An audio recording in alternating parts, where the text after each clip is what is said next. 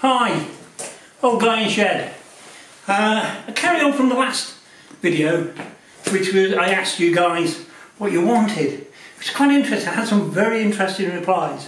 One, for example, wanted to know how I got to this point in my life and to maintain enthusiasm. Well, the enthusiasm's easy. You either like bikes or you don't. I can't explain it any better than that. I'm very enthusiastic about Italian bikes, which is separate, I guess, as an enthusiasm, largely because I feel they're hand-built and everything else isn't, that's machine-built, and you just get the feeling you're driving something that somebody's had a passion for, and so it's easy to remain enthusiastic. To actually go, how did it get here?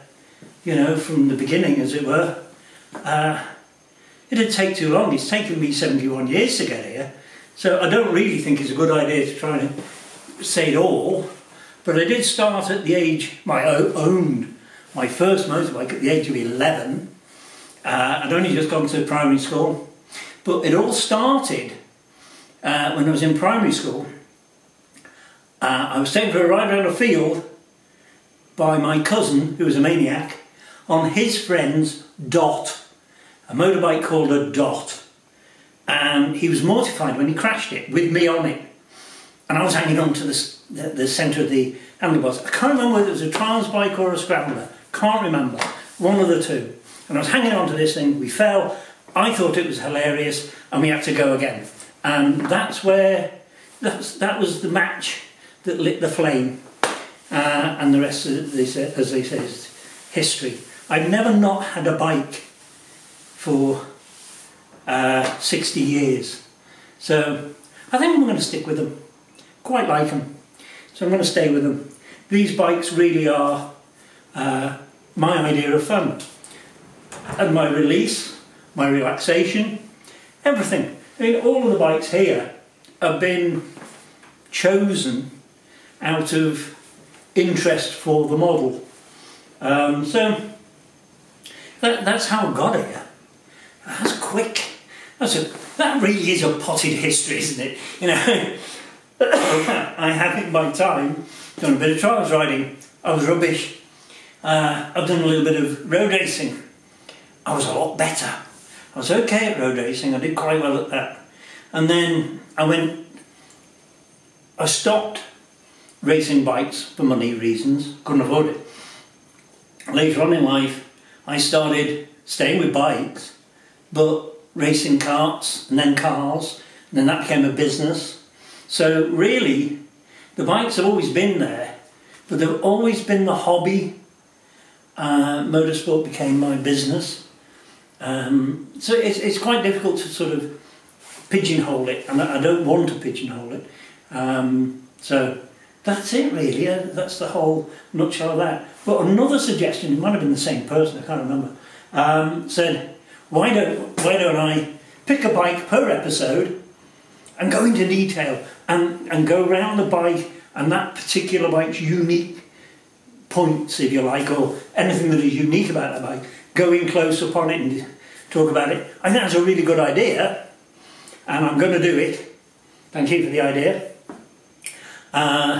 Not today, but I'm going to do it. And the reason I think it's a good, well, bad idea, not bad, but has a restriction to it, is you get 7 episodes because I've got 7 bikes and that'll be that.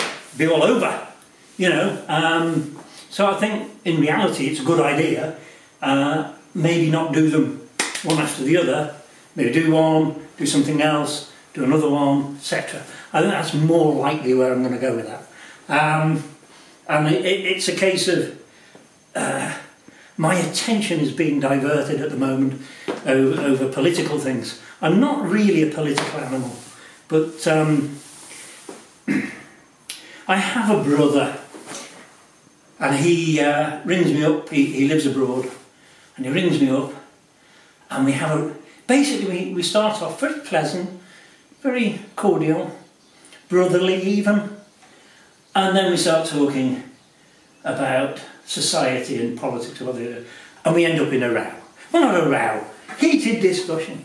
And he's done it to me today. And I've got myself so wound up. And it's just ridiculous.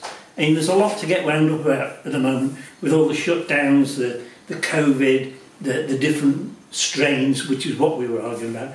And then we start to throw into the mix freedom and Canadian truckers, Ukraine being invaded by Russia, and it just goes on and on. How big do you want to make this? I'm not really in the mood at the moment, but if any of you guys want to comment about any of those subjects, please crack on, because I will sit there and I will type back, and you will get my opinion, whether you like it or not, and whether you agree. If I disagree with you, I will tell you. So I think, really speaking, as this episode goes, I'm still preparing El Falcone for the Bath and West show this weekend. So it's just been cleaned. When I say preparing, that is bragging. I'm actually just cleaning the damn thing, and I'm really looking forward to going to it. I need a break. I need a change of scenery so as I can recharge my batteries to talk more in here. It's very difficult to maintain the well, not my interest. I'm always interested in the bikes and what I'm doing, but to make it interesting to put on a YouTube channel, wow, that's a different bloody game. You know, it really is. And I am struggling with it, like I said in the last video. But I've now got good ideas from you guys. I'm going to run with them and see how we get on. It's really good. Thank you for your responses. I really do appreciate it. I really do appreciate all the subscribers. I'd like to ask for more, obviously. Tell your friends is the only thing I can say. And hit the like button. I don't know what it does, but apparently I've looked at other people's videos and they say smash the like button. Okay then, please smash the like button. I don't know what it does for the site. I don't know what it does for the algorithm. And I say that like I know what I'm talking about. I've got no idea what a bloody algorithm is, but apparently it's good for them. There you go. Anyway, this is Old Guy in Shed, and he's saying goodbye for now. Thank you.